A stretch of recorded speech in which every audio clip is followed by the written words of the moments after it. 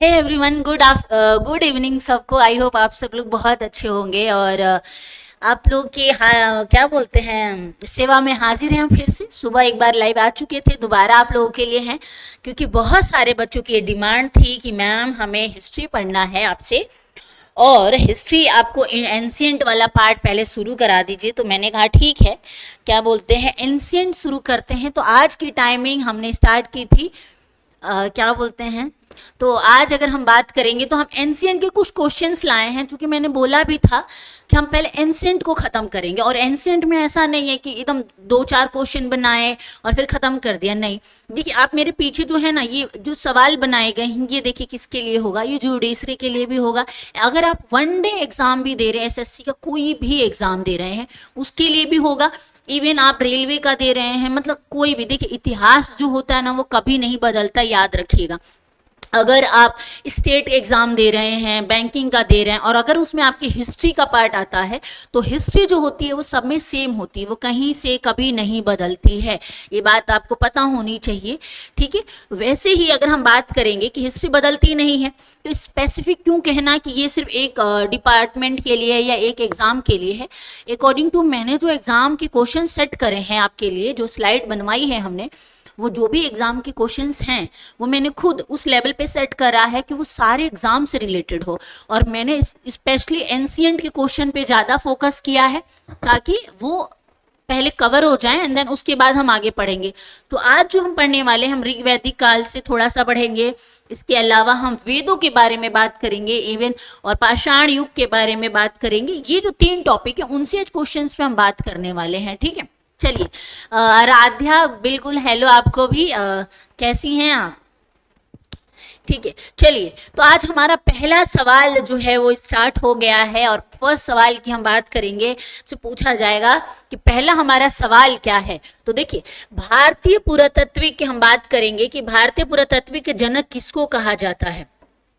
तो भारतीय पुरातात्विक को जनक किसको कहा जाता है, जनक की बात होगी तो किसको कहा जाता है, अलेक्जेंडर कनिंघम। किसको कहा जाता है, अलेक्जेंडर कनिंघम को कहा जाता है भारतीय पुरातात्विक के जनक कहा जाता है। अब इनको जनक क्यों कहा जाता है, सवाल ये उठता है। तो बात ये है कि वो दौर था 1861 का, यानी 1861 में क्या होता है, इन्होंने भारत में अपनी बदौलत पे इन्होंने भारतीय पुरातात्विक अनुसंधान की स्थापना की थी, जिसके अंडर में कोई भी पुरानी चीजों की क्या होगी, खोज करता होगी, खोज वगैरह होगी। तो इन्होंने क्या की थी, इन्होंने स्थापना की थी, किसकी, इन्होंने भारतीय पुरातात्विक अनुसंधान की इन्होंने स्थापना की थी। स्थापना की थी कौन से साल में, 1861 में की थी। उसके साथ ही दूसरा ये होता है कि 1871 में इनको भारत का, किसा, भारत का पहला, मतलब कह सकते हैं भारत का पहला कह लीजिए, या भारत का महानिदेशक बनाया जाता है। महानिदेशक इनको कौन से साल में बनाया जाता है, 1871 में बनाया जाता है। किस लिए, ताकि इनमें खोज हो, खोज कर सके महानिदेशक, ठीक है। ये बनाया जाता है कौन से साल में, 1871 में बनाया जाता है। अब बात ये होगी इनके अंडर में कौन कौन से चीजें खोजी गई। तो पहला जो आता है सांची, क्या है, सांची के बारे में आप लोगों को पता होगा, और नहीं पता कोई बात नहीं, मैम अगर आ गई हैं तो वो धीरे धीरे हमारी जब क्लासेस आगे चलेंगी तब हम इसके बारे में डिस्कस भी करेंगे। सांची के बारे में भी हम बात करेंगे। सांची का स्तूप जो है अपने आप में बहुत फेमस है, किस रानी ने बनवाया था उनके बारे में भी हम डिस्कस करेंगे। और ये तब पढ़ेंगे हम जब हम पढ़ेंगे बौद्धिज्म के बारे में, जब हमारे सवाल आने लगेंगे तब हम उसमें डिस्कस करेंगे। और उसके साथ ही हम बात करेंगे भगवान बुद्ध से रिलेटेड जब क्वेश्चन बनेंगे, अशोक सम्राट से रिलेटेड जब क्वेश्चन बनेंगे तब पढ़ेंगे। और ये भी पढ़ेंगे कि जब सांची का स्तूप बनाया गया तो उसमें जो अवशेष मिले, जो कीमती सामान मिले, अंग्रेजों ने उसका क्या किया, उनकी जो मूर्तियां थी वो अभी वर्तमान में कहाँ हैं। ये सारी चीजें जो है ना बेटा, हम कब पढ़ेंगे, जब हम बौद्धिज्म से रिलेटेड क्वेश्चन सेट करेंगे। तो अभी हम एंशिएंट पढ़ रहे हैं, तो अभी हम उतनी डिटेलिंग में कह सकते हैं कि हम नहीं जाएंगे, ठीक है। दूसरा अगर आपसे पूछ लेगा, सांची के अलावा सारनाथ का नाम आता है, किसका, सारनाथ। आपको पता है एक चीज याद है, आपने 11th 12th 10th की हिस्ट्री में पढ़ा होगा, कनिंघम का भ्रम। कनिंघम का भ्रम करके ना हमारे 12th में या 10th के बोर्ड में ये सवाल बहुत पूछा जाता था। मतलब इतने मैडम ने हमें रटवा दिया था कि वो क्वेश्चन आया ही था और उन्होंने रटवा दिया था। कनिंघम का भ्रम क्या था? तो कनिंघम का भ्रम ये था कि जो हड़प्पा सिविलाइजेशन मिली थी तो उसमें कहा जाता है कि कनिंघम ने बोला था कि नहीं, ये हड़प्पा सिविलाइजेशन कोई अलग सिविलाइजेशन नहीं है, भारत का इतिहास शुरू होता है अशोक सम्राट से। अशोक सम्राट वाला जो यानी मौर्य काल जो है, मौर्य काल से स्टार्ट होता है, तो उन्होंने उसके बारे में बात की थी। लेकिन जैसे हड़प्पा के बारे में जब पता चला, किसके द्वारा, सर जॉन मार्शल के टाइम पे उन्होंने जब 1921 में खोजा गया और बाकी सारी चीजें जब खोजी गई, तब ये पता चला कि कनिंघम का जो भ्रम था वो गलत था। और सवाल भी आता है कि कनिंघम का भ्रम क्या था। ये आप लोगों में नहीं पूछा जाता है, लेकिन क्या बोलते, जब हम उसके बारे में पढ़ रहे हैं तो हमें रिवीजन भी करना है साथ के साथ। हमने स्कूलिंग टाइम में इसके बारे में डिस्कस भी कर रखा है, ठीक है। चलिए हम दूसरी बात करते हैं। और भी चीजें थी, लेकिन ये जो दो है ना, ये इंपॉर्टेंट है, जो उसके द्वारा, खोजकर्ता के द्वारा ये आई थी, ठीक है। आर्य शब्द की बात हम करेंगे कि आर्य शब्द की इंगित करता है। आर्य शब्द का एक्चुअली में अर्थ क्या है और ये किससे रिलेटेड है अगर बात की जाएगी, तो आर्य शब्द का मतलब होता है श्रेष्ठ वंश। क्या होता है? श्रेष्ठ वंश। अब देखिए, निर्जाति समूह नहीं होगा, ये आंसर अपने आप में गलत है। आर्य मतलब ही क्या हुआ? आर्य एक तो संस्कृत का शब्द है। किसका शब्द है? संस्कृत का शब्द है। कृत संस्कृति का शब्द है, संस्कृत होगा ये, संस्कृत का शब्द है। और आर्य का मतलब होता है श्रेष्ठ, अपने आप में बड़ा। कह सकते हैं कि ऐसा कोई व्यक्ति जो अपने आप को सबसे ऊपर रखता हो। आर्य जो है वो संस्कृत का शब्द है, याद रखिएगा, और ये अपने आप में बड़ा है। और इसके अलावा इसके बारे में अगर हम बात करेंगे कि और क्या क्या हो सकता है, तो साधु शब्द जो है ना वो भी आर्यों के लिए ही इस्तेमाल किया जाता है। और दूसरा शब्द जो आता है कुलीन वर्ग। कुलीन वर्ग के बारे में हम पढ़ेंगे, आगे पढ़ेंगे, जब हम ऋग्वैदिक काल के स्पेसिफिक क्वेश्चंस पे चलेंगे तब हम कुलीन वर्ग के बारे में भी बात करेंगे। और आपने एनसीईआरटी में कई बार कुलीन वर्ग के बारे में पढ़ा ही होगा, ठीक है। तो कुलीन जो है इसमें आ जाता है, कुलीन भी आ जाता है। और आपको बता दूं, कुलीन और ये जो साधु है, सभ्य है, श्रेष्ठ है, और ये जो बना है ये किससे है? ये आर्य शब्द के अर्थ हैं। और आपको पता है आर्य का इतिहास क्या रहा है? अगर हम आर्यों के इतिहास की बात करेंगे, इनका इतिहास क्या रहा है, तो इनके इतिहास की बात कुछ ऐसी है। कहा जाता है कि जब हड़प्पा सिविलाइजेशन खत्म होने के कगार पे थी, हड़प्पा सिविलाइजेशन जब खत्म हो रही थी, उसके बाद एक नई सभ्यता का जन्म होता है। और वो नई सभ्यता कौन सी थी? वो नई सभ्यता थी आर्य सभ्यता। यानी जो हम लोग हैं, कहते हैं कि एक रिसर्च में पाया गया था, काफी टाइम पहले हुआ था, कि आर्य जो आए थे वो कहाँ से आए थे। ये डिबेटिकल क्वेश्चन रहता है, सबके अलग अलग है। कुछ लोगों का मानना है कि तिब्बत की साइड से आए थे, कुछ का है कि नहीं, जो हड़प्पा सिविलाइजेशन खत्म हुई उसके बाद जो नई सिविलाइजेशन बनी वो आर्य थी। और आर्य हड़प्पा सिविलाइजेशन से रिलेटेड है। तो हर जो इतिहासकार हैं उनके अलग अलग तथ्य होते हैं। और इतिहास जो होता है ना बेटा, वो ऐसा होता है कुछ कि जो इतिहासकार होते हैं ना अपनी अपनी थ्योरी रखते हैं, ठीक है, तो उनके अकॉर्डिंग होता है।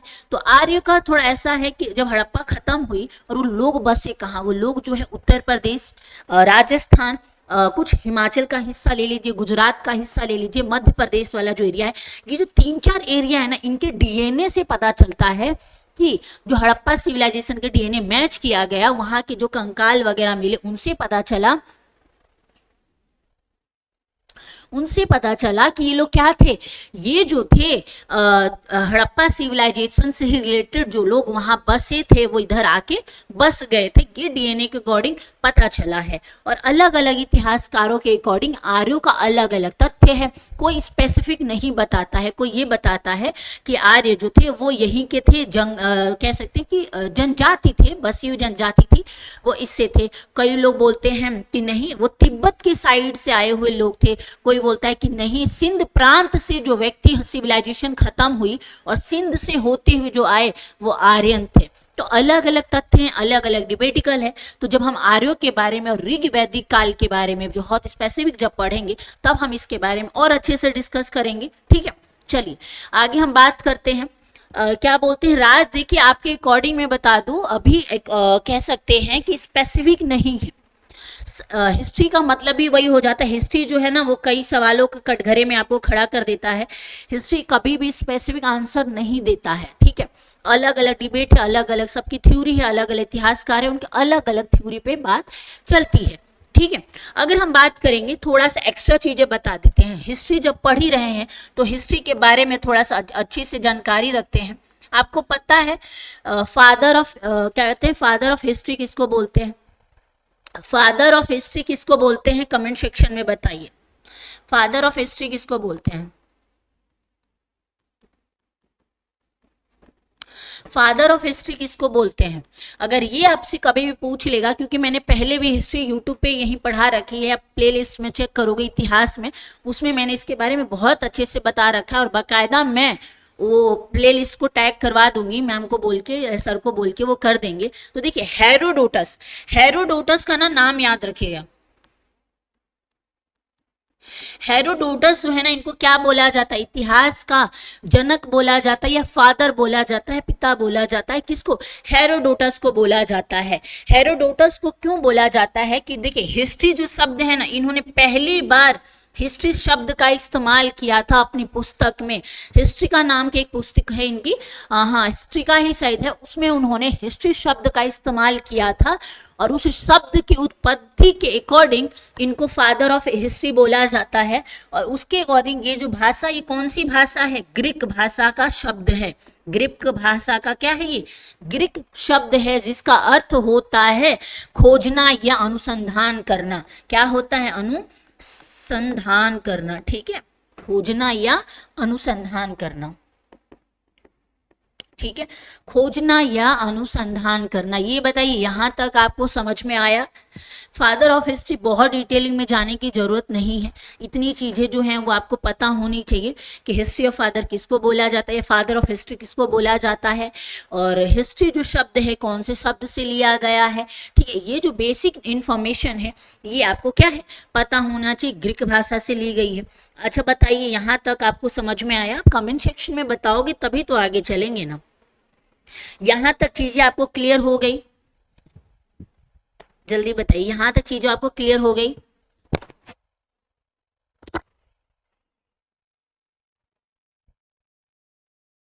ठीक है, हम आगे क्वेश्चन पे चलते हैं। हमारा क्वेश्चन कुछ यूं है, अगला नेक्स्ट क्वेश्चन की हम बात करेंगे। तो नेक्स्ट क्वेश्चन क्या कह रहा है? नेक्स्ट क्वेश्चन कह रहा है कि उत्खनित प्रमाणों के अनुसार पशुपालन क्या है? पशुपालन का प्रारंभ हुआ था। पशुपालन के कौन से काल में प्रारंभ हुआ था? तो आपका आंसर होना चाहिए कि मैम देखिए, निचला पूरा पाषाण काल तो बिल्कुल नहीं है, ना मध्य पूरा पाषाण काल है, ना उत्तरी, तो ये तीनों तो अपने आप में ही गलत है। बच्चा कौन सा? मध्य पाषाण काल। कौन सा? मध्य पाषाण काल जो है ये वो दौर था जब पहली बार पशुओं को पालना शुरू किया गया था। पशु में कौन सा जानवर आता है पहले? जानवर बताएगा कोई? पहला जानवर कौन था, कौन सा था जो पाला पोषा गया था, मतलब पालतू जानवर कौन सा था पहला? जल्दी बताइए, पहला जानवर कौन सा था जो पाला गया था? देखिए पहले जानवर की अगर हम बात करेंगे तो फर्स्ट जो जानवर का नाम आता है वो डॉग था। कौन सा था? डॉग या कुत्ता कह लीजिए। कौन सा जानवर था? कुत्ता जो है उसको पहली बार क्या है? पाला गया था। पालतू जानवर का नाम आता है तो वो डॉग था। ठीक है, और कौन सा, अगर इनके हम समय पीरियड की बात करेंगे कि इनका समय पीरियड क्या है, इसके समय पीरियड की हम बात करेंगे कि इसका समय पीरियड क्या है, मध्य पाषाण काल का या उत्तरी पूर्वी पाषाण काल का या निचला पाषाण काल का समय पीरियड आपसे पूछ लेगा तो आपका आंसर होना चाहिए कि मैम 10,000 से लेके 6,000 जो है ईसा पूर्व जो है वो इसका माना जाता है। ठीक है, ईसा पूर्व। वहीं उत्तरी पूरा पाषाण काल की हम बात करेंगे तो इसका समय पीरियड जो है वो क्या माना जाता है? 40,000 ईसा से लेके 10,000 ईसा पूर्व तक। वहीं इसकी हम बात करेंगे मध्य की, मध्य पूरा पाषाण काल की, तो इसका जो है वो 50,000 से लेके 40,000 40,000 ईसा पूर्व है। वहीं अगर इसकी बात करेंगे निचला पूरा पाषाण काल, तो इसका जो टाइम पीरियड है वो बहुत लंबा माना जाता है, यानी 5 लाख से लेके, ठीक है, 50,000 तक जो है इसका टाइम पीरियड माना जाता है। ठीक है, याद रखिएगा। पहला निचला पूरा पाषाण काल, अगर हम सीक्वेंस में चले तो 5 लाख से लेके 50,000 तक। फिर उसके नीचे आएंगे, यानी कौन सा मध्य पूरा पाषाण काल की बात करेंगे तो ये कौन सा है, इसकी जब बात होगी तो 50,000 से लेके 40,000, फिर 40,000 से लेके 10,000 और 10,000 से लेके 6,000, ये जो टाइम पीरियड है ये माना जाता है। तो पहले पशुपालन का प्रारंभ कब हुआ था, तो आपका आंसर होना चाहिए कि मैं मध्य पाषाण काल में क्या है, पहला पशुपालन का प्रारंभ किया गया था। जो अवशेष हमें मिले हैं उससे ये बातें हमें पता चलती हैं। ठीक है, चलिए आगे बढ़ते हैं, नेक्स्ट क्वेश्चन पे ध्यान देते हैं। अगला क्वेश्चन क्या कह रहा है कि मध्य पाषाणी प्रसंग में पशुपालन के प्रमाण जहां से मिले वह स्थान कौन सा है। अब देखिए एक चीज और, मेरे जब ये क्वेश्चन हमने सेट करा मैंने, तो उसमें मैंने एक चीज को ये रखा कि हम एक क्वेश्चन से रिलेटेड एक या दो क्वेश्चन रखेंगे, मतलब एक टॉपिक से रिलेटेड एक दो क्वेश्चन रखेंगे। अब जब आगे पढ़ोगे तो आपको देखने को मिलेगा, उससे क्या होगा, उससे फायदा ये होगा कि जैसे हमने डॉगी के बारे में पढ़ा, तो अब हम यहाँ डॉगी के बारे में भी बात करेंगे, लेकिन हमने उस वाले क्वेश्चन में ये नहीं पढ़ा कि कहाँ पर मिला था। हम इस क्वेश्चन में उसके बारे में डिस्कस करेंगे, क्योंकि देखिए क्वेश्चन बनाने वाला जो होगा वो किसी भी एंगल से क्वेश्चन बना सकता है, तो हम उनको मौका क्यों दे कि वो कोई क्वेश्चन बनाए और हमसे छूट जाए। सिंपल सा लॉजिक है। तो हम ऐसा क्वेश्चन सेट करेंगे, हम ऐसे क्वेश्चन पे पढ़ाई करेंगे, ऐसे क्वेश्चन की प्रैक्टिस करेंगे कि अगर वो इस वे में ना चल के इस वे में क्वेश्चन को सेट करते हैं तो वो हमारे बन जाएं, हम उनको छोड़े ना, हमें रिग्रेट ना हो कि काश ये मैम ने ऐसा बता दिया होता तो ये ना होता। ठीक है, चलिए तो पहला जो आंसर आता है वो कौन सा है, आदमगढ़। कौन सा है, आदमगढ़ में क्या हुआ था कि जो है आदमगढ़ में क्या मिला था, पशुपालन के प्रमाण मिले थे। किसके, आदमगढ़ में पशुपालन के जो है वो प्रमाण मिले। तब सवाल ये उठता है कि आदमगढ़ पड़ता कहाँ है, तो आदमगढ़ जो है ना एमपी में पड़ता है। कहाँ पड़ता है, मध्य प्रदेश में जो है वो क्या पड़ता है, आदमगढ़ पड़ता है, याद रखिएगा। अब ये पूछ लेगा कि मध्य प्रदेश के अंदर कौन सी जगह है, क्या है मध्य प्रदेश के अंदर। आप तो एक तो रिप्लाई करना, रिप्लाई करो भाई, अगर आप देख रहे हो तो बताओ भी तो। आप लोग के कहने की वजह से मैंने शाम का टाइमिंग 5 बजे से रखा है। मैंने जो टाइमिंग रखी है ना, ये आपके कहने से मैंने शाम के 5 बजे से रखा है, वरना इतना मेरी 2 क्लासेस हो जाती हैं वो सुबह ही खत्म हो जाती हैं, 2 बजे तक। 2 बजे के बाद मैंने सिर्फ आपके लिए ही वेट किया है कि ठीक है 5 बजे बच्चों ने बोला था, क्योंकि मॉर्निंग वाला जो बैच होता उन्होंने ही बोला था कि मैम आप शाम के 5 बजे से रखे, तो उसके अकॉर्डिंग आप ये बताइए, आप लोग देख रहे हो तो या तो लाइव में उसका रिप्लाई करो, या फिर मुझे लगता है कि नहीं वेस्ट ऑफ टाइम है, क्यों ही करना है इतना एफर्ट्स, तो ठीक है फिर मैं अपने अकॉर्डिंग टाइम रख लूँगी, क्योंकि मुझे ये बात तो अच्छे से पता है कि कह सकते हैं कि बच्चे जीएस के लिए थोड़ा सा शाम का जो टाइम होता है वो परफेक्ट होता है जीएस पढ़ने के अकॉर्डिंग, तो उस हिसाब से होता है। ठीक है, तो वो आप आंसर किया करो। अब आप रिप्लाई नहीं करोगे तो फिर मुझे भी लगा, मैं तो अपने आप में पढ़ाती भी चली जाऊंगी और क्लास बहुत जल्दी खत्म भी हो जाएगी, बट आपको कितना समझ में आए ये भी तो मैटर करता है ना।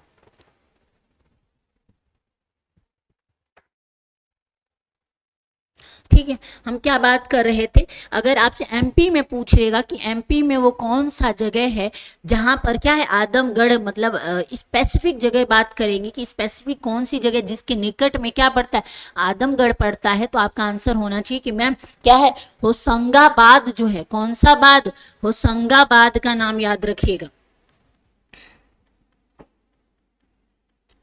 होशंगाबाद के निकट, होशंगाबाद के निकट क्या पड़ता है, आदमगढ़ पड़ता है, जहां पर क्या है हमें इसके क्या बोले हैं, हमें मानव पशुपालन के प्रमाण मिले हैं। और इसके अलावा यह स्थलों के अलावा अगर आपसे पूछ लेगा, इसके अलावा 5C,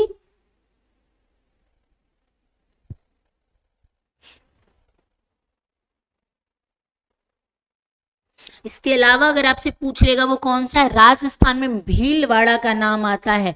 क्या है, राजस्थान में भीलवाड़ा का भी नाम आता है कि वहां से भी क्या है, हमें इसके अवशेष मिले हैं। अच्छा, आप लोग नेक्स्ट क्वेश्चन पे पहुंच गए हो 5C, ये वाला कि सबसे पुराना वेद कौन सा है। आई नो ये सारे बच्चों को पता है कि सबसे पुराना वेद कौन सा है, वो आंसर है ऋग्वेद। सबसे पुराना वेद कौन सा है, तो वो ऋग्वेद है। अच्छा चलिए ये बताइए, आप लोगों ने पहले ही आंसर दे दिया है, गुड, अच्छा लगा मुझे। अब मुझे ये बताइए कि इसमें कितने मतलब कह सकते हैं कि ऋचाएं वगैरह जो होती हैं वो कितनी हैं, मंडल कितने हैं। पहले तो मंडल बताओ जरा, मंडल कितने हैं ऋग्वेद में, मंडल कितने हैं, जल्दी से आंसर करो, मंडल बताओ कितने हैं, फटाफट मंडल के बारे में बताओ। और सूक्त कितने हैं इसके बारे में भी बताओ मुझे, सूक्त कितने हैं और मंडल कितने हैं, जल्दी आंसर करो।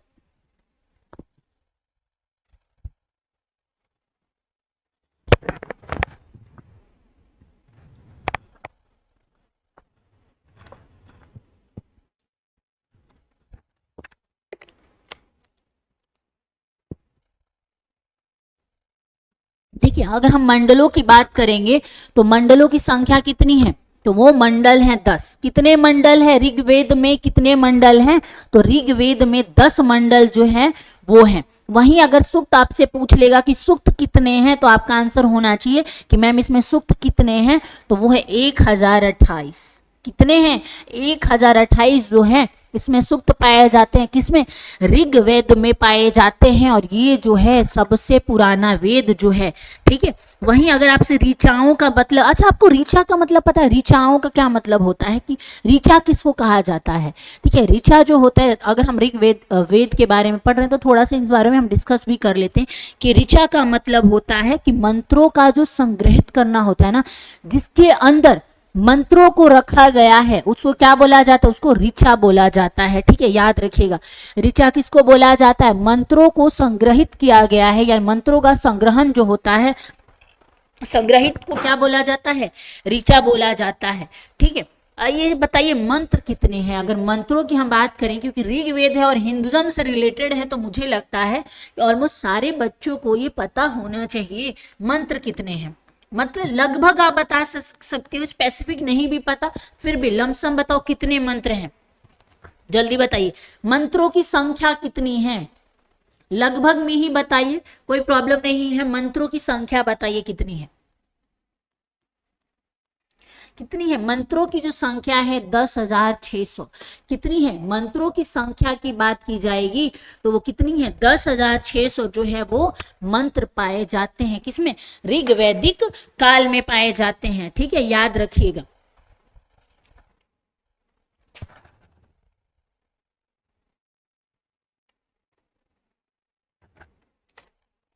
एक तो आप लोग स्पेसिफिक क्वेश्चंस के आंसर नहीं दे रहे हो, ठीक है, लाइव देखना ठीक है, लेकिन उसके रिप्लाई भी तो करो। बिल्कुल 10 तो मंडल है ना, आपके आंसर ही लेट आए हैं।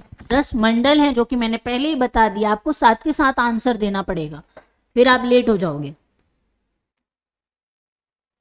देखिए आंसर करने का फायदा पता है क्या होता है, देखिए आपके आंसर मैं देख रही हूँ, और अगर कोई और भी देख रहा है तो वो आपको जानता नहीं है, बात ये वो आपको नहीं जानता है, लेकिन आप आंसर करोगे तो आपके एक समझ लो ये आपका एग्जाम है, आप इसको इस वे में लोगे, आप एक तरह से प्रैक्टिस करो। जो आप मॉक टेस्ट देते हो ना टेक्स्ट बुक पे या अलग अलग चीजों पे, जहां भी आप मॉक टेस्ट देते हो, वो आपकी एक तरह से प्रैक्टिस है। आप यहाँ पे आंसर्स करोगे तो आपकी एक प्रैक्टिस हो जाएगी कि ठीक है ये मैंने पढ़ा है और इसका आंसर ये है, गलत या सही वो हम डिसाइड कर लेंगे कि ठीक है ये सही है या गलत है, आपका आंसर कितना मैच करता है।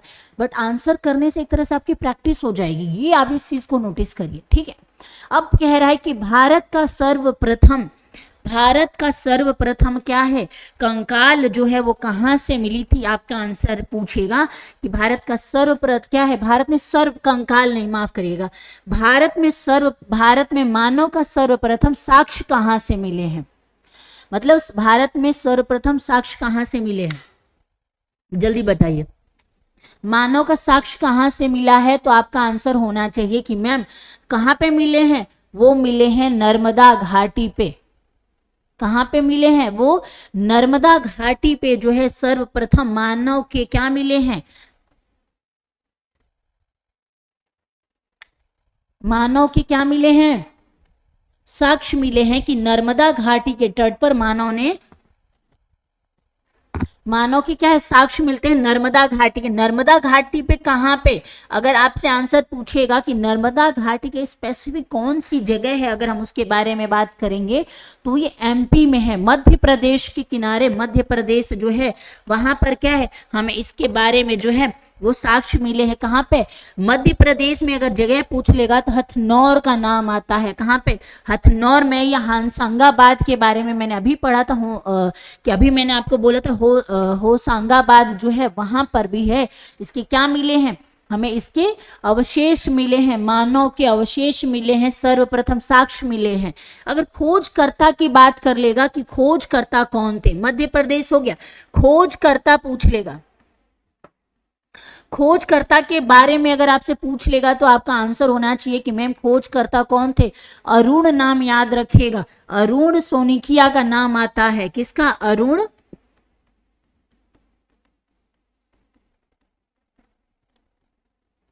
ठीक है, अरुण सोनिकिया का जो है क्या है, सोनिकिया नहीं,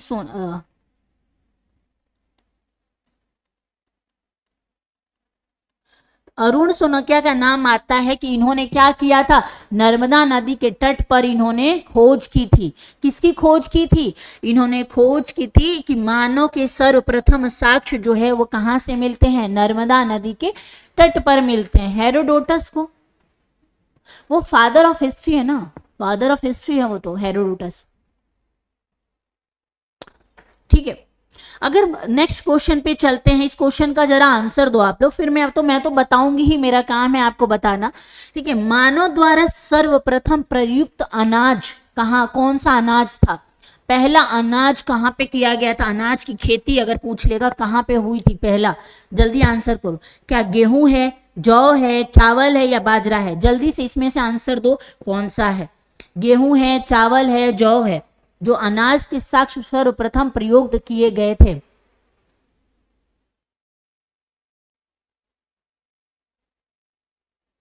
अब इससे ज्यादा मैं कितनी स्पीड बढ़ाऊं, मेरा भी गला है, मैं सुबह से मेरी 2-3 क्लासेस हो चुकी हैं और इससे तेज में बोलूंगी तो आपको नहीं बाकी बच्चों को में भी प्रॉब्लम हो सकती है। थ्योरी को समझाना होता है, अगर आपको लग रहा है कि मुझे नहीं समझाना चाहिए, सिर्फ इनके आंसर दे के मुझे चले जाना चाहिए, तो देखो थोड़ा बहुत एडजस्ट तो करना पड़ेगा। और इसमें एडजस्ट करने वाली कोई बात है नहीं, मैं ऑलरेडी बहुत स्पीड में बात कर रही हूँ। अब ये कैमरा किस वे में ले रहा है मुझे नहीं पता, क्योंकि कैमरा जो है मैं आपको बता दूं, जो कैमरा है ये अपने अकॉर्डिंग स्पीड मैनेज करता है। मैं बहुत स्पीड में बात कर रही हूँ क्योंकि मुझे खुद बोला गया है कि मैम आप बहुत तेज जल्दी जल्दी पढ़ाते हैं। ऑफलाइन बैच जो हमारे यहाँ चलता है उन बच्चों ने ये बोला है कि मैम आप बहुत जल्दी पढ़ाती हैं, थोड़ा स्लो पढ़ाया करिए। लेकिन वही बच्चे अगर ऑन कैमरा देखते हैं तो उनको पता चलता है कि नहीं मैम तो पढ़ा तो सही रही थी लेकिन वो कैमरे पे अलग दिखता है। तो स्पीड का थोड़ा सा आप देख लीजिएगा क्योंकि कैमरा अपने अकॉर्डिंग मैनेज करता है। ठीक है, चलिए मेरे क्वेश्चन का आंसर तो दीजिए। मानव का सर्वप्रथम प्रयुक्त अनाज कौन सा था, जल्दी बताइए, जल्दी। आपका आंसर होना चाहिए जौ। आपको पता है जौ सबसे पुराने अनाजों में से एक माना जाता है। मतलब हमने कह सकते गेहूं वगैरह तो बाद में आया, मतलब सेम टाइम ही माना जाता है, गेहूं का और इसका सेम टाइम ही माना जाता है। लेकिन पहला अनाज के जो साक्ष्य मिले हैं वो कौन से हैं, वो जौ है। क्या है, जौ जो है वो बोले जाते कि जौ जो है वो सर्वप्रथम क्या हुई थी, उसकी खेती की गई थी और कहाँ पे की गई थी, समय कौन सा था। तो समय का हमें जो पता चलता है वो 8000 के आसपास पता चलता है। कितना कि 8000 कह सकते हैं ईसा पूर्व के आसपास का समय जो है वो माना जाता है। ठीक है, आसपास का समय माना जाता है, 8000 ईसा पूर्व के आसपास का जो है वो समय माना जाता है। और आपसे ये भी पूछ सकता है कि 8000 तो चलो समय आपने बता दिया, जौ की खेती हुई ये भी चलो आपने बता दिया, लेकिन कहाँ पे हुआ। तो देखिए मध्य सागर का नाम आता है कि जो क्या है भूमध्य सागर है और उसके वहां से लेकर भूमध्य सागर से लेकर यानी ईरान से लेकर और एशिया वाला जो एरिया है यहाँ पे क्या है ये माना जाता है यहाँ पे क्या है, जौ की खेती जो है वो पहली बार की गई थी। यानी भूमध्य सागर से एवं ईरान के मध्य में बीच में स्थित जो है पश्चिमी एशिया का नाम आता है, किसका, पश्चिमी एशिया का जो नाम है, वहां पर क्या हुआ था, मानव द्वारा पहली बार जौ की खेती की गई थी। और गेहूं का भी जो समय पीरियड है लगभग सेम माना जाता है, क्या है, सेम टाइम माना जाता है जौ का भी, ठीक है। चलिए अगर हम बात करते हैं आगे, हमारा नेक्स्ट क्वेश्चन है, नेक्स्ट क्वेश्चन की बात करेंगे कि निम्नलिखित में से किसको चालोलिथिक युग भी कहा जाता है।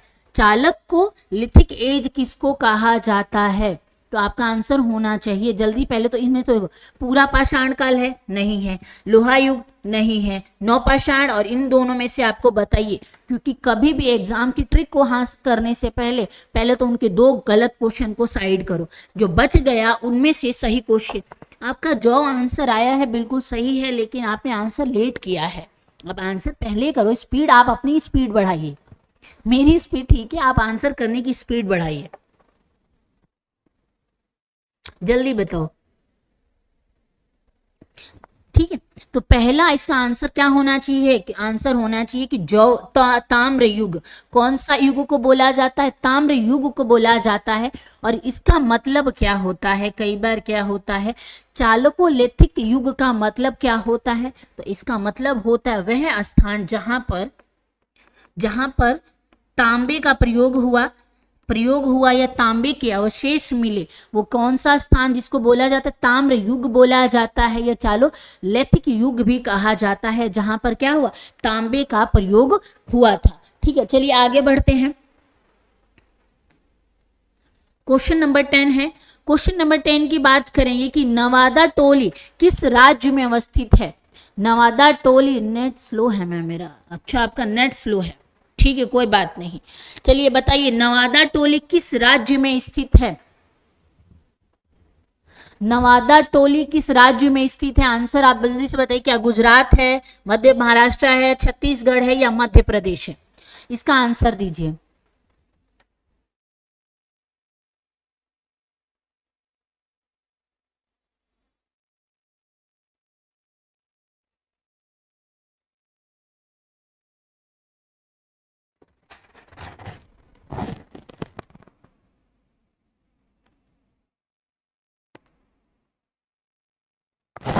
क्या ऑप्शन, क्या साइड करना है,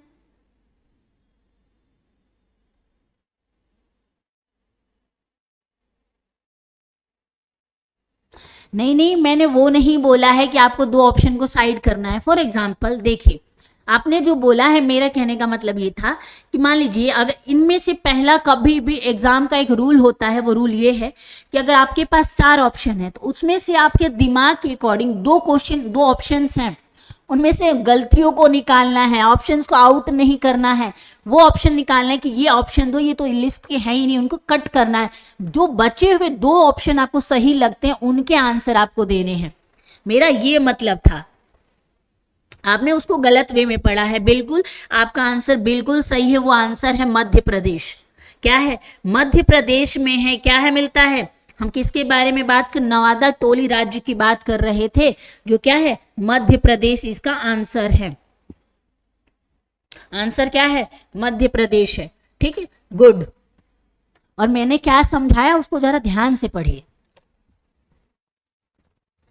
क्या है, मध्य प्रदेश है। और वहीं अगर बात करें इसके उत्खनन किसने किया था, उत्खनन के बारे में अगर आपसे पूछ लेगा तो किसने किया था, एच डी सांकिया का नाम आता है, कि एच डी सांकिया जिन्होंने किया था, क्या की थी, इसकी खोज की थी, और वो क्या थे, वो प्रोफेसर थे पुणे के कॉलेज में, डॉक्टर एच डी सांकिया का नाम आता है, सांकिया, हाँ यही नाम आता है, कि ये क्या थे, ये डॉक्टर मतलब प्रोफेसर जो होते, जो पीएचडी कर लेते हैं, उनका नाम आता है, ठीक है। तो वो क्या थे, वो पुणे में,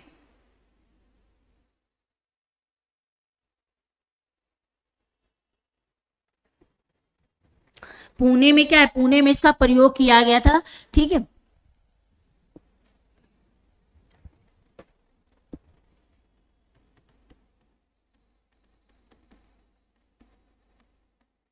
ठीक है, ये कहाँ के प्रोफेसर थे? ये पूना के प्रोफेसर थे। ठीक है, याद रखिएगा कहाँ के थे? पूना में ये प्रोफेसर थे। ठीक है, अगर हम इसके बारे में बात करें, चलिए हम आगे बात करेंगे। आगे हमारा क्वेश्चन क्या है?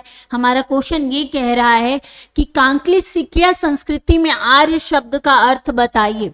आर्य शब्द का अर्थ, हमने आर्य के बारे में अभी स्टार्टिंग क्लास में ही डिस्कस कर लिया था और हमने उसमें किसके बारे में बात की थी कि आर्य का मतलब क्या होता है। आर्य जो है संस्कृति का शब्द है, हमने पहले ही पढ़ रखा है। और उसमें क्या बोला गया है? एक उत्तम व्यक्ति को बोला गया है। किसको? एक उत्तम व्यक्ति को क्या बोला जाता है? आर्य शब्द का इस्तेमाल किया गया है।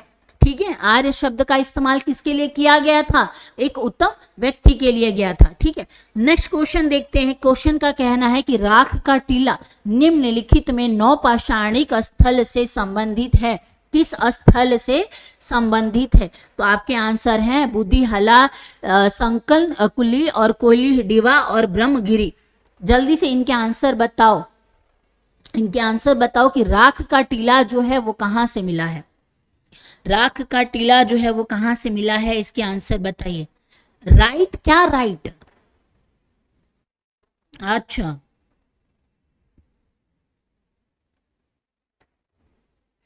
उत्तम व्यक्ति हो गया है। आप मुझे इसका आंसर दीजिए कि राख का टीला इन चारों में से कहां पे मिला है।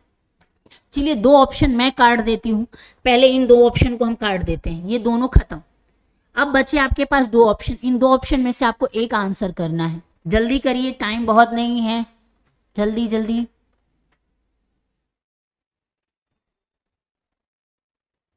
तो आपका आंसर होना चाहिए कि मैम देखिए बुद्धिहाल तो नहीं है, बचा कौन सा? हमारा जो आंसर बच रहा है ऑप्शन नंबर बी। कौन सा है? ऑप्शन नंबर बी जो है, यानी संगम कुल जो है, ये इसका आंसर है। जहां पे क्या मिला है? राख का टीला मिला है। वो भी कौन से काल में? नौपाषाणिक युग में मिला है। नौपाषाणिक युग में मिला है। अगर आप एग्जाम की, किसी भी एग्जाम की तैयारी कर रहे हो ना, तो ये बहुत बेसिक है, आपको पता होना चाहिए। ये बहुत बेसिक है और आपको नहीं पता कोई बात नहीं, पढ़ लेंगे हम, पर आपको पता होना चाहिए। ये बहुत बेसिक है। हड़प्पा सिविलाइजेशन तो 8th क्लास से पढ़ते आ रहे हैं हम। अगर आपने 10th के बाद हिस्ट्री नहीं भी ली होगी ना, तो 8th क्लास से ही इसकी स्टार्टिंग हो रखी है। हड़प्पा सिविलाइजेशन 8वीं 9वीं 10वीं और 11वीं 12वीं में तो पढ़ते ही हैं, और ग्रेजुएशन में भी मास्टर अगर आप कर रहे हो उसमें भी पढ़ना पड़ता है, पर आपको पता होना चाहिए था। ठीक है, चलिए खैर कोई बात नहीं। अगर हम बात करेंगे संगम कुला की, तो ये क्या है? इसका आंसर है, यानी ऑप्शन नंबर बी है। इसके बारे में हम बात करेंगे तो ये कहाँ पड़ता है? तो ये जो पड़ता है कर्नाटक में पड़ता है। कहाँ पे? कर्नाटक में। ठीक है, कर्नाटक में अगर स्पेसिफिक जगह की हम बात करेंगे कि कर्नाटक में कहाँ है, तो कर्नाटक के ना मैसूर, आपने सुना है मैसूर? मैसूर संधि के बारे में सुना है आपने? टीपू सुल्तान, मैसूर संधि, हम उसके बारे में भी बात करेंगे जब हम आगे की history, modern history, medieval history cross करके जब चलेंगे, तब हम उसके बारे में भी बात करेंगे। कर्नाटक के मैसूर में कहाँ पे? बल्लेरी जनपद का नाम आता है कि क्या है? बल्लेरी जनपद में स्थित है। कौन सा जनपद? बल्लेरी जनपद का नाम आता है। ठीक है, इसका नाम आता है। उस पे क्या है? ये स्थान जो है, कौन सा स्थान है? संगम कल्लू जो है, ये स्थान स्थित है कहाँ पे? कर्नाटका में स्थित है। ठीक है, चलिए हम आगे पढ़ते हैं इसके बारे में। और अगर आगे के क्वेश्चन पूछे भीमबेटका, ये मुझे लगता है, मैं ये उम्मीद कर सकती हूँ कि ऑलमोस्ट सारे बच्चे इसके आंसर देंगे। प्लीज इसका आंसर तो आपको देना बनता है, क्योंकि भीमबेटका जो है वो इतना फेमस है और बहुत कॉमन सा क्वेश्चन है, बहुत कॉमन सा क्वेश्चन है। अगर आपने कभी भी हिस्ट्री पढ़ी होगी, और अगर आप किसी एग्जाम की तैयारी नहीं करा रहे हो, एग्जाम की तैयारी कर रहे हो, तो ये आपके लिए वर्थ इट है। और आप किसी भी एग्जाम की तैयारी नहीं कर रहे हो तो फिर मैं क्या ही बोलूं। और आप, लेकिन भीमबेटका ऐसा है कि जो बच्चे नहीं भी कर रहे ना, उनको भी पता होता है। भीमबेटका बहुत फेमस है भाई, ये हर क्वेश्चन में पूछा जाता है। भीमबेटका किसके लिए प्रसिद्ध है, आपको पता है? भीमबेटका के बारे में हम बात करेंगे तो ये किसके लिए प्रसिद्ध है, अगर आपसे पूछा जाएगा तो जल्दी बताइए। और ये कहाँ पे है? ये बहुत पुराना क्वेश्चन है। मैंने स्टार्टिंग में ही मार्च में जब पढ़ाया था, इतिहास पढ़ाना, यूट्यूब पे ही प्लेलिस्ट में मिल जाएगा, तब मैंने इसके बारे में भी बात की थी। मैं वीडियो टैग करवा दूंगी। चलिए भीमबेटका के बारे में बात करें, किसके लिए प्रसिद्ध है? सोन नदी के आगमन के स्थान के लिए प्रसिद्ध है? बिल्कुल नहीं। किसके लिए? बहुत बौद्ध प्रतिमाएं के लिए फेमस है? बिल्कुल नहीं। खनिज तो है ही नहीं सकता। ये किसके लिए फेमस है? ये प्रसिद्ध है गुफाओं के शैल चित्र के लिए। किसके लिए? गुफाओं के शैल चित्र के लिए बहुत ही ज्यादा ये प्रसिद्ध है। वहां पर क्या है, चित्र बनाए गए हैं। लगभग उनकी संख्याओं की बात होती है तो लगभग 700 से 700 तो ऐसे हैं जिनके बारे में पता चला है। मतलब अभी तो बहुत है, लेकिन बहुत से में जो आता है नाम है वो कितने हैं, वो 700 के आसपास उनकी संख्या मानी जाती है। भीमबेटका गुफा तो है, लेकिन जिला पूछ लेगा कि जिला कौन सा है, जिला जो पूछ लेगा। और उसके साथ ही अगर हम राज्य की बात करेंगे, भीमबेटका किस राज्य में पड़ता है? कहाँ पड़ता है? एमपी में पड़ता है। कहाँ पे पड़ता है? मध्य प्रदेश के रायसेन जिले में। कौन से जिले में? रायसेन जिले में। ठीक है, रायसेन जिले में क्या है, ये पड़ता है। और किसके किसके जानवरों का नाम कई बार क्या है वो पूछ लेता है कि कौन कौन से जो है यहाँ पे जो जानवर हैं वो मिले हैं। तो आपका आंसर होना चाहिए कि मैम हाथी की क्या है यहाँ पे शैल चित्र मिला है। इसके अलावा सांभर के शैल चित्र मिले, हिरण के मिले हैं। ऐसे बहुत से जानवरों के बारे में हमें यहाँ से पता चलता है। और मैं चित्र के बारे में आपको बता दूं तो आपको लग रहा है बहुत प्रॉपर पेंटिंग होगी, ऐसा कुछ नहीं है। एक तो कई बार क्या है, एक तो उत्कीर्ण किए गए हैं यानी खरोच के बनाए गए हैं, या फिर कई जगह क्या है जो पेड़ पौधे नेचुरल कलर होते हैं ना, नेचुरल कलर्स के यानी पत्तों के कलर का इस्तेमाल कर लिया, कोई लाल फ्लावर ले लिया, उसको रगड़ रगड़ के उनसे क्या यहाँ पे शैल चित्र बनाए गए हैं। तो यहाँ पे भीमबेटका में यानी रायसेन जिले में। ठीक है, चलिए हम आगे पढ़ते हैं। आगे का हमारा सवाल है कि निम्नलिखित में से किस भारतीय पुरातत्ववेद ने पहली बार भीमबेटका की गुफा को देखा था? किसको पहली बार भीमबेटका को गुफा को देखा और उसके शैल चित्रों को क्या किया था? ऐतिहासिक महत्व को भी खोजा था, यानी हिस्ट्री को उसकी खोजी थी। कौन सा खोज करता था? अगर आपसे पूछ लेगा कि भीमबेटका की खोज किसने की थी, खोजकर्ता का नाम बताइए, जल्दी बताइए। और हम साल भी पूछेंगे कि कौन से साल में पूछा था, ईयर, कौन सा ईयर था वो। ठीक है, ईयर बताइए। और प्लीज वीडियो को लाइक कर लेना और लाइक कर देना, चैनल को सब्सक्राइब कर लेना, क्योंकि हम रोज शाम के 4 बजे तो नहीं, कोशिश करते हैं अगर 5 बजे आपको प्रॉब्लम है तो हम 4 बजे की टाइमिंग रख लेंगे, 4 से 5 या 5 से 6 ये वाली हमारी टाइमिंग होगी। 1-2 दिन में हम डिसाइड कर लेंगे कि कौन सा टाइमिंग जो है परफेक्ट है। ठीक है, उसके अकॉर्डिंग हम बात करेंगे। जल्दी इसका आंसर दीजिए भाई। देखिए इसका आंसर है BS वांकर। क्या है? VS वांकर जो है उन्होंने क्या की थी, पहली बार भीमबेटका की खोज की थी। कौन से साल में, अगर आपसे पूछ लेगा कि कौन से साल में इसको यूनेस्को का धरोहर बनाया गया था, यूनेस्को को कब इसको धरोहर के रूप में देखा गया था, मतलब विरासत के रूप में भीमबेटका को यूनेस्को ने कब कह सकते हैं कि सम्मानित किया गया था या उसमें सम्मिलित किया गया था? ईयर पूछ रही हूं मैं आपसे, ईयर बताइए। तो आंसर होना चाहिए कि मैम इसका आंसर है 1957 में। कौन से साल में यूनेस्को ने क्या किया था, इसको विश्व धरोहर के रूप में माना था? तो ईयर था 1957। कौन सा ईयर था? यूनेस्को। ठीक है, यूनेस्को। ठीक है, ये साल कौन सा था? 1957। और अभी टोटल कितने हैं आपको पता है यूनेस्को में? टोटल अगर आपसे पूछा जाएगा टोटल कितने हैं, 43 के आसपास है ना, 43 के आसपास क्या है, चीजों को सम्मिलित किया गया है। यूनेस्को का फुल फॉर्म पता है आपको? यूनाइटेड नेशन एजुकेशन साइंटिफिक और कहते हैं साइंटिफिक कल्चरल ऑर्गेनाइजेशन होता है। मेरी क्लास कब तक चलेगी? देखिए क्लास है मतलब अभी टाइमिंग 5 से 6 1 घंटे की क्लास होगी बेटा, इससे ज्यादा क्या ही कर लोगे तुम। 1 घंटे की क्लास भी अगर आप पूरी अटेम्प्ट कर लो ना, आपके आधे क्वेश्चन हो जाएंगे। हम एंशिएंट खत्म कर रहे हैं ना, पहले हम एंशिएंट करेंगे, फिर मॉडर्न, फिर मिडाइवल। ठीक है, चलिए आगे बढ़ते हैं। आगे के क्वेश्चन बात करेंगे कि निम्नलिखित में से किस स्थान पर मानव के साथ कुत्ते को दफनाए जाने के साक्ष्य मिले हैं? ये भी बहुत ही कॉमन क्वेश्चन है, बार बार पूछा जाता है और ये बहुत नॉर्मल क्वेश्चन है। आंसर बताइए कि किस स्थान पे कुत्ते के साथ क्या है, मानव को दफनाए गए हैं? आंसर बताइए। मांडा, चापनी मांडा, क्या है कोल्हाडीवा, या फिर ब्रुज होम? हमारा आंसर होना चाहिए ए आंसर है। ए फॉर क्या होता है? आओ कभी हवेली पे। ब्रुज होम जो है वो क्या है, ब्रुज होम से क्या मिले, कुत्ते को दफनाए जाने के साक्ष्य मिले हैं। किसके साथ? मानव के साथ। और मैंने पहले ही बताया कि कुत्ता ऐसा पालतू जानवर था जिसको सबसे पहले पाला गया था, यानी पोसा गया था, जिसको पालतू जानवर बनाया गया था। जानवरों को पालने की शुरुआत जो हुई थी वो कब हुई थी? मध्य पाषाण काल में हुई थी। और कौन सा जानवर पहला था? तो आपका आंसर होना चाहिए कि मैम डॉग जो था वो पहला वो जानवर माना जाता है। ठीक है, चलिए नेक्स्ट क्वेश्चन की बात करते हैं। क्वेश्चन नंबर है हमारा 16। क्वेश्चन नंबर 16 के बारे में बताइए। अगर हम बात करेंगे तो कह रहा है कि विंध्या क्षेत्र के किस शिलाश्रय को सर्वाधिक मानव कंकाल मिले हैं?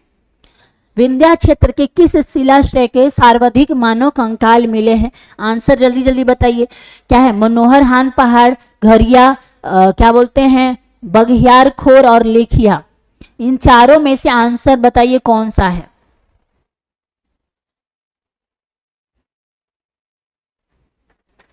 देखिए क्या बोलते हैं, मोरहाना पहाड़ तो बिल्कुल नहीं है, घगिरिया तो बिल्कुल नहीं है, ये तो तीनों खत्म है। यहाँ पे बचा option number D. Option number D क्या कह रहा है कि लेखिया जो है यहाँ पर क्या मिले हैं? यहाँ पे हमें मिले हैं विंध्या के क्षेत्र के क्या मिले? शिलाश्रय के सर्वाधिक मानव कंकाल मिले हैं। क्या है? मानव कंकाल जो है यहाँ से मिले हैं। और आपको मैं एक चीज बता दूं कि अलग अलग इतिहासकारों के अकॉर्डिंग अलग अलग डाटा जो हमें पता चलते हैं। किसी के अकॉर्डिंग 17, किसी के अकॉर्डिंग 23। तो जो इतिहासकार होते हैं ना वो अपने अपने अकॉर्डिंग अपने आप को सामने वाले से बेहतर बताने के लिए कि मैंने जो है इस चीज के बारे में अच्छे से रिसर्च करा तो मुझे इतने मिले हैं, किसी ने बोला नहीं मुझे इतने मिले हैं। तो सबके अकॉर्डिंग क्या है, अलग अलग डाटा जो है वो बताए गए हैं। जैसे 17 मानव कंकालों के बारे में जब बात पूछी जाएगी कि 17, देखिए 2 डाटा है, याद रखिएगा। एक तो एक बार जो क्या है 17 मिले हैं। 17 अगर आपसे पूछ लेगा कि 17 के बारे में किसने, तो डॉक्टर जे.एन. पांडे के अनुसार, किसके?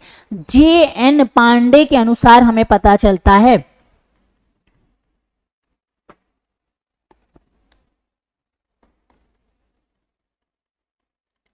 पांडे के अनुसार हमें ये पता चलता है कि यहाँ पे कितने हैं? 17 मानव कंकालों की संख्या है। वहीं एक अमेरिकन कह सकते हैं कि मानव ऑर्गेनाइजेशन करके एक जगह है, ऑर्गन्स, वहां पे विश्वविद्यालय है, वहां के जो प्रोफेसर है उनके अकॉर्डिंग यहाँ पे 23 बताए गए हैं। क्या बताए हैं? ऑर्गन विश्वविद्यालय के जो प्रोफेसर हैं, और जॉन आर का नाम आता है, जॉन आर लूकस के द्वारा क्या है यहाँ पे 23 बोले गए हैं। कितने? 23 मानव कंकालों के अवशेष मिलने की बात कही गई है। ठीक है, चलिए नेक्स्ट पढ़ते हैं। राष्ट्रीय मानव संग्रहालय कहाँ पर स्थित है और इसका नया नाम क्या है या इसका दूसरा नाम क्या है वो बताइए। नया नाम या दूसरा नाम क्या है? राष्ट्रीय मानव संग्रहालय कहाँ पर है और इसका नया नाम क्या है? क्या वो गुवाहाटी है, बस्तर है, भोपाल है या चेन्नई है? हमारा आंसर होना चाहिए भोपाल, सी। क्या है? सी जो है करेक्ट आंसर है, भोपाल है। और इसका नया नाम अगर आपसे पूछ लेगा कि मानव संग्रहालय को नया नाम, राष्ट्रीय मानव संग्रहालय का नया नाम क्या है, तो नया नाम है इंदिरा गांधी। क्या है? इंदिरा गांधी के नाम पर रखा गया है। ठीक है, याद रखिएगा। ठीक है, सिंधु सभ्यता से संबंधित है, इनमें से कौन सा है? जो क्वेश्चन नंबर 18 की हम बात करेंगे, जो सिंधु सभ्यता से क्या है संबंधित है, कौन सा? प्रौद्योगिक युग की बात कर रहे हैं हम, ऐतिहासिक युग या उत्तर ऐतिहासिक युग। इन चारों में से कौन सा है जो क्या है वो जो है स्थित है। तो आपका आंसर होना चाहिए मैम आंसर नंबर बी, अद्य ऐतिहासिक युग। अद्य ऐतिहासिक युग जो है वो किससे संबंधित है? सिंधु घाटी सभ्यता से संबंधित है। और सिंधु घाटी सभ्यता के बारे में हम बात करेंगे तो इसके अन्य नाम अभी इंडस वैली सिविलाइजेशन भी बोला जाता है, हड़प्पा सिविलाइजेशन भी बोला जाता है। ठीक है, तो ये जो है अलग अलग नाम है। इंग्लिश में पढ़ने वाले बच्चे इसको क्या बोलते हैं? इंडस वैली सिविलाइजेशन बोलते हैं। हिंदी में पढ़ने वाले इसको हड़प्पा सिविलाइजेशन बोलते हैं, हड़प्पा सभ्यता बोलते हैं। आपको पता है हड़प्पा सभ्यता का जो नाम ही अगर हम बात करें तो सिंधु नदी क्यों पड़ा, सिंधु सभ्यता क्यों पड़ा? क्योंकि जब हड़प्पा सभ्यता की खोज हुई तो हड़प्पा जो सिविलाइजेशन मिली बेसिकली वो रावी नदी के तट पर है, रावी नदी के किनारे नाम आता है, लेकिन जो सभ्यता पहली बार मिली यानी हड़प्पा जो मिली वो सिंधु नदी के किनारे बसा हुआ है। सिंधु नदी का नाम याद रखिएगा क्योंकि सिंधु नदी के किनारे बसे होने की वजह से और पहला जो स्थान मिला वो हड़प्पा मिला, इसीलिए उसका नाम क्या पड़ा? हड़प्पा सभ्यता पड़ा या इंडस वैली सिविलाइजेशन पड़ा या सिंधु घाटी सभ्यता पड़ा, याद रखिएगा। चलिए क्वेश्चन नंबर 19 की हम बात करते हैं। सिंधु घाटी सभ्यता के रिगार्डिंग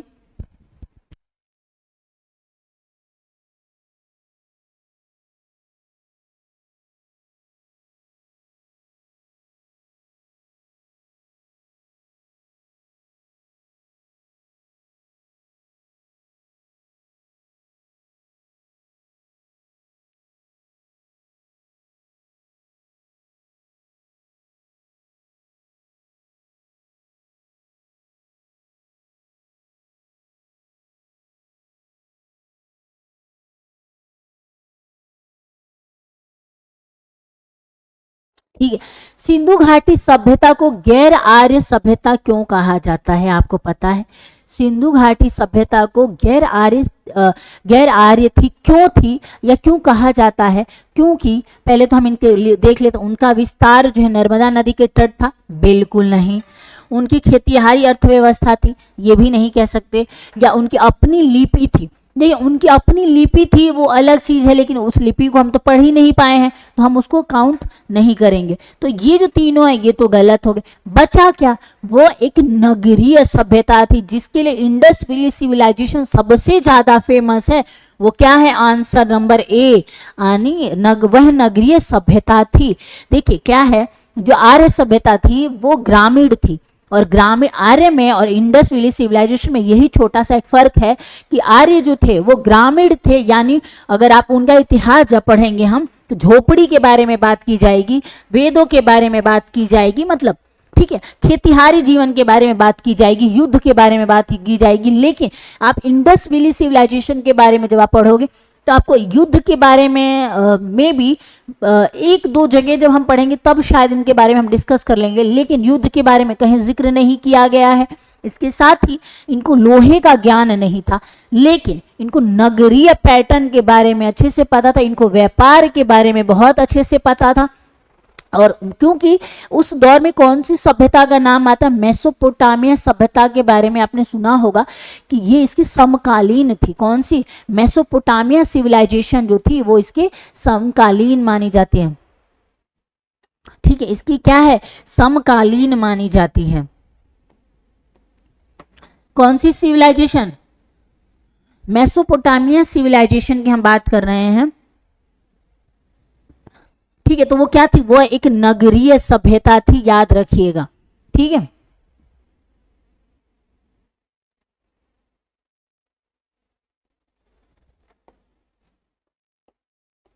ठीक है, नगरीय सभ्य थी याद रखिएगा। नेक्स्ट क्वेश्चन है हमारा कि त्रिय नाम क्या है? त्रिय नाम क्या है या इनमें से किससे वो जो है वो संबंधित है? क्या वो तीनों मौसमों का है? बिल्कुल नहीं।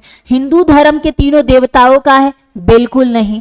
या फिर हिंदू धर्म संघ का युद्ध का है? बिल्कुल नहीं। त्रिय नाम किससे रिलेटेड है? त्रिय नाम जो है वो तीनों वेदों से रिलेटेड है। किससे रिलेटेड है?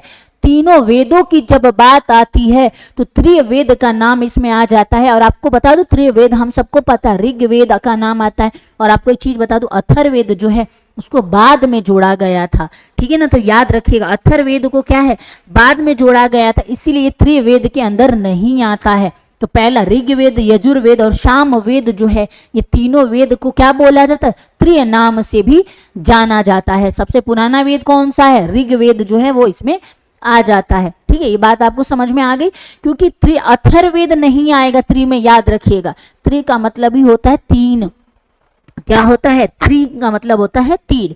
ठीक है, चलिए हम आगे बढ़ते हैं और हमारा नेक्स्ट क्वेश्चन क्या कहता है कि ये हड़प्पा संस्कृति को जानकारी जो है प्रमुख स्रोत क्या है? हड़प्पा सिविलाइजेशन के प्रमुख स्रोत क्या है? क्या वो शिलालेख हैं या पक्की मिट्टी के क्या है? पक्की मिट्टी की मोहरों पर अंकित लेख हैं, पुरातात्विक खुदाई है या उपयुक्त सभी हैं? जल्दी बताइए, इन चारों में से कौन सा है? जल्दी। तो इसका आंसर होना चाहिए, देखिए शिलालेख जो है पक्की मोहरों के बारे में, हड़प्पा जो है वो शिलालेख और पक्की मोहरों से और मृद भांड के लिए जो हड़प्पा है वो जाना जाता है। काली बंगा की बात आएगी तो काली चूड़ियों के लिए फेमस है। तो जो भी हड़प्पा के अंदर जितने भी हम नगरों के बारे में पढ़ेंगे जब, तो हम इनके बारे में डिस्कस करेंगे कि कौन सा है किसके लिए जो है वो फेमस है। ठीक है, तो उस अकॉर्डिंग देखा जाए तो इसमें क्या है? उपयुक्त सभी आएंगे, क्योंकि यहाँ पे पक्की मिट्टियों का भी इस्तेमाल किया गया था। क्या किया गया था? पक्की मिट्टियों के मोहरों पे भी अंकित थी। पुरातात्विक खुदाई जो है वो भी इस बात के प्रमाण है कि क्या है कि कह सकते हैं कि ये इसके जानकारी के प्रमुख स्रोत है। तो हमारा पूरा आंसर जो है वो क्या होना चाहिए? उपयुक्त सभी होना चाहिए। बिल्कुल नहीं गणेश, इसके चारों आंसर हैं, उपयुक्त सभी आएंगे। क्या पुरातात्विक खुदाई पक्की मोहरें नहीं मिली है? वहां पे मोहरें भी तो मिली हैं, शिलालेख भी मिले हैं। यहाँ पे हमारा आंसर होना चाहिए, क्या होना चाहिए? हमारा आंसर होना चाहिए उपयुक्त सभी, क्योंकि ये तीनों जो है सिविलाइजेशन से रिलेटेड हैं।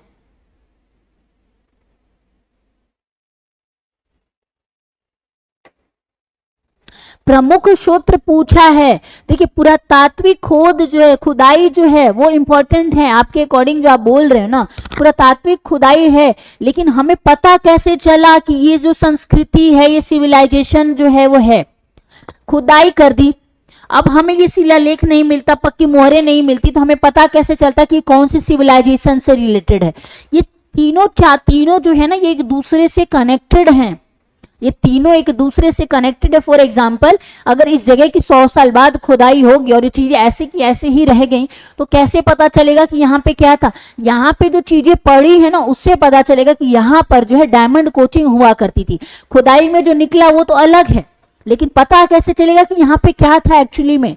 तो उसमें यहाँ से रिलेटेड जो भी चीजें कनेक्टेड होंगी वो सारी चीजें आ जाती हैं उसके अंदर। ठीक है, तो ये उपयुक्त सभी होगा। शिलालेख भी आएंगे, पक्की मिट्टी के मोहरे जो हैं वो ये बताती हैं कि ये हड़प्पा संस्कृति है। क्या है? ये हड़प्पा संस्कृति है। और पुरातात्विक खुदाई तो ऑटोमेटिकली इससे कनेक्टेड है। तो ये सारे क्या है? उपयुक्त सभी इसके अंदर आ जाते हैं। ठीक है, नेक्स्ट क्वेश्चन की हम बात करते हैं। सिंधु घाटी की अगर हम बात करेंगे, सिंधु घाटी संस्कृति की वैदिक सभ्यता से भिन्न थी क्योंकि, इसका आंसर बताइए कि सिंधु घाटी जो संस्कृति थी वो वैदिक सभ्यता से भिन्न थी क्योंकि, आंसर है हमारा, इसके पास विकसित शहरी जीवन की सुविधाएं थी। किसकी बात कर रहे हैं हम? सिंधु घाटी सभ्यता की बात कर रहे हैं कि सिंधु संस्कृति जो थी वो वैदिक सभ्यता से कैसे अलग थी। तो आंसर आपको इसमें से बताना है। इसके पास विकसित शहरी जीवन सुविधाएं थी, इसके पास क्या थे? चित्र लेखन लिपि हुआ करती थी, या इसके पास लोहे और क्या है? साक्ष्य के शास्त्रों का भी ज्ञान का अभाव था। इसका आंसर बताइए।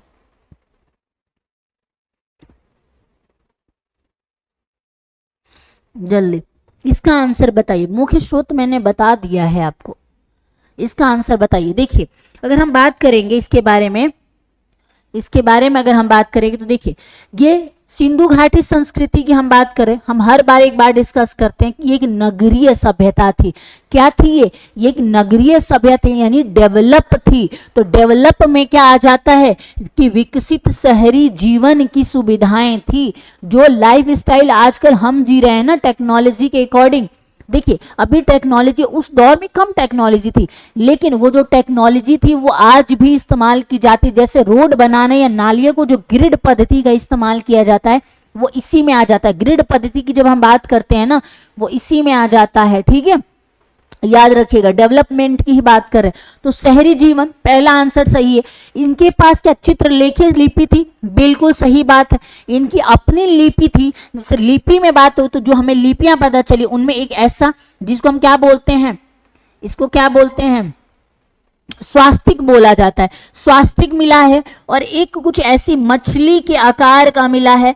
ये इनकी लैंग्वेज हुआ करती थी। यहाँ पे किसी जानवर को बना दिया गया, यहाँ पे किसी बर्ड को बना दिया गया, ठीक है। तो ये क्या, ये इनकी लैंग्वेज थी जो इतने बड़े बड़े हमें अवशेषों में क्या है, चित्रों के द्वारा मिली गई है। यानी चित्रात्मक लिपि भी हमें यहाँ मिली है, जिसको आज तक दुनिया चांद पे पहुंच गई, मार्स पे पहुंच गई, लेकिन आज तक हम इस लिपि को पढ़ नहीं पाए हैं। सोच के देखिए कैसी लिपि रही होगी, ठीक है। तो ये इनकी अपनी लिपि थी, ये भी बिल्कुल सही है। इनके पास लोहे और सुरक्षा शास्त्रों का ज्ञान का अभाव था, बिल्कुल। इंडस वैली सिविलाइजेशन के लोगों के पास लोहे का ज्ञान बिल्कुल नहीं था। लोहे के बारे में जब हम ऋग्वैदिक काल में पढ़ेंगे तब डिस्कस करेंगे। उनको था, लेकिन इनको बिल्कुल नहीं था। लोहे के कोई भी अवशेष हमें नहीं मिले हैं, तांबे के फिर भी मिले हैं, लेकिन लोहे के अवशेष नहीं मिले हैं। और शास्त्रों का बिल्कुल ज्ञान नहीं था, शस्त्रों का यानी लड़ाई झगड़े तीर कमान के बारे में इनको बिल्कुल भी जानकारी नहीं थी, ठीक है। तो इसके आंसर हो जाएंगे उपयुक्त सभी। ये तीनों चीजें जो हैं ये रिलेटेड हैं, किससे, इंडस वैली सिविलाइजेशन से रिलेटेड है, ठीक है। वहीं हम बात करेंगे कि सिंधु घाटी के निवासियों की सभ्यता को जानने का मूल स्रोत कहां पर पाया गया है। सिंधु घाटी सभ्यता के जानने के लिए मूल स्रोतों के बारे में हमें कहां से प्राप्ति हुई है, जल्दी बताइए। मूल स्रोत जो पाए गए हैं वह पाई गई है क्या है, देखिए आपका आंसर इसमें हो सकता है, क्या वो लिपि है, मंदिर है, बर्तन, जेवर, हथियार और औजार या मोहरे। जल्दी बताइए क्या है। सिंधु घाटी के निवासियों की सभ्यता को जानने के स्रोत हमें कहाँ मिले हैं। तो देखिए सबसे ज्यादा अगर इंडस वैली सिविलाइजेशन में दो चीजें बहुत मिली है। पहला मोहरे, मोहरों का नाम जो है याद रखिएगा, मोहरे मिली है। और दूसरा मृद भांड, क्या है, मृद भांड, मृद भांड मिले हैं, ठीक है। और मृद भांड का मतलब होता है मिट्टी के बर्तन, क्या होता है, मिट्टी के बर्तन। तो सबसे ज्यादा हमें क्या मिला है, मोहरे मिले हैं। तो मोहरे किससे रिलेटेड हैं, मोहरे रिलेटेड हैं सिंधु घाटी सिविलाइजेशन के जो लोग थे उनकी सभ्यता से रिलेटेड है, क्योंकि उस मोहरे पे क्या है, उनकी सभ्यता के बारे में हमें पता चलता है। बाकी लिपियां तो लिपि नहीं हो सकती, आपको भी पता है, लिपि और मंदिर से बिल्कुल नहीं, लिपि को हम आज तक पढ़ नहीं पाए हैं। बर्तन और जेवर, ये हथियारों के बारे में उनको नॉलेज थी नहीं, बचा क्या, मोहरे बचे। तो मोहरे इसके क्या है, वो करेक्ट आंसर है। नेक्स्ट क्वेश्चन की बात करेंगे हम कि मूर्ति पूजा का आरंभ कब से माना जाता है। मूर्ति पूजा का आरंभ जो है वो कब से माना जाता है, आंसर आप बताइए। पूर्व आर्य से यानी प्री आर्य, उत्तर वैदिक काल, मौर्य काल या कुषाण काल। मूर्ति पूजा का जो है वो कब से माना जाता है, पूर्व आर्य का माना जाता है यानी प्री आर्यन, उत्तर वैदिक काल, मौर्य काल और कुषाण। देखिए ये तो दोनों हैं ही नहीं, क्योंकि ये तो नए हैं कंपेयर टू मूर्ति पूजा के लिए, ये तो है ही नहीं। इनसे पहले भी मूर्ति पूजा होती थी। उत्तर वैदिक काल क्या है, इंपॉर्टेंट है, या प्री आर्यंस। देखिए प्री आर्यंस इसका करेक्ट आंसर होगा। क्यों होगा, मैं वो भी आपको डिफाइन करूंगी। इसलिए होगा क्योंकि जब हम इंडस वैली सिविलाइजेशन पढ़ते हैं तो वहां पे हमें अर्धनारीश्वर शिव की क्या है, वहां पे मूर्ति मिली है, ठीक है। और वो मूर्ति और एक माता रानी की भी मूर्ति मिली है, जिसमें बहुत ही ज्यादा मात्रा में सिंदूर से उनको टीका गया है, लाल रंग का इस्तेमाल किया गया है, जिसमें ये पता चलता है कि यहाँ पे मूर्ति की पूजा होती थी। तो आंसर क्या होगा, प्री आर्यन जो है वो फर्स्ट नंबर आंसर इसका करेक्ट आंसर है, ठीक है। चलिए नेक्स्ट सवाल की हम बात करेंगे कि हमारा नेक्स्ट क्वेश्चन क्या है। लास्ट क्वेश्चन करते हैं और आज की क्लास को करते हैं खत्म। 25 सवाल हम करेंगे आज, ठीक है। निम्नलिखित पशुओं में से किसी एक हड़प्पा संस्कृति में पाई जाने वाली मोहरे और टेराकोटा कलाकृतियों में क्या निरूपित यानी रिप्रेजेंटेशन नहीं हुआ है, इसके बारे में बताइए, यानी जिसके बारे में जिक्र नहीं किया गया है। क्या वो बाघ है, हाथी है, गेंडा है या गाय है, जल्दी बताइए।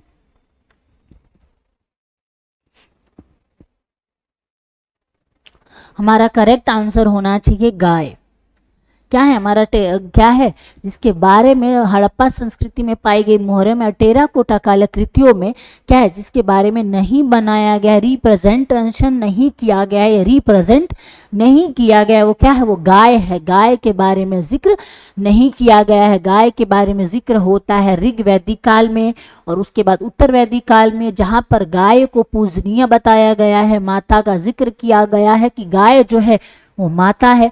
और गाय को माता क्यों बोला गया है, इसलिए बोला गया है कि उत्तर वैदिक काल और ऋग वैदिक काल वो दौर था जब सोर्स जो थे ना खाने पीने के लिए, जीविका के लिए, सोर्स क्या थी, वो गाय थी। क्योंकि गाय भैंस पाला जाता था तो गाय दूध देती थी, दूध से आपका घर चलता था, एक तो पीने के लिए और दूसरा व्यापार में भी गाय दूध जो बेच के अपना गुजारा करते थे। तो वो उसलिए गाय को अन्नदाता भी कहा गया है, अन्न देवी भी कहा गया है कि गाय जो है वो गुजारे बसारे के लिए बहुत इंपॉर्टेंट होती थी। इसलिए माता का दर्जा दिया गया कि माता जो है वो संभालती है हमें, हमारा पालन पोषण करती है, तो इसीलिए गाय का वहाँ पे जिक्र किया गया है। किस काल में ऋग वैदिक काल में किया गया है। ठीक है, कल हम कहाँ से पढ़ेंगे, हम कल से पढ़ेंगे 26 नंबर क्वेश्चन से पढ़ेंगे। ठीक है, तो आज की क्लास करते हैं खत्म। आई होप आज की क्लास आपको समझ में आई होगी। और एक और चीज़, प्लीज़ अगर वीडियो अच्छी लगे तो लाइक कर देना और कमेंट सेक्शन में मुझे बताना कि बाकी क्लास कैसी लगी है। ठीक है, जल्दी जल्दी बताइए, जल्दी से बताइए, कमेंट सेक्शन में बताइएगा कि आपको क्लास कैसी लगी। और प्लीज़ 5 बजे लाइव आ जाया करो, आप लोगों की वजह से मैं 5 बजे आई। ये 2-4 ही बच्चे वो हैं जो सुबह की क्लास में आते हैं और अभी भी आए हैं, बाकी बच्चे कहाँ हैं। ठीक है, चलिए मिलते हैं कल। आई होप आज की क्लास आपको अच्छी लगी। आज के लिए इतना, धन्यवाद।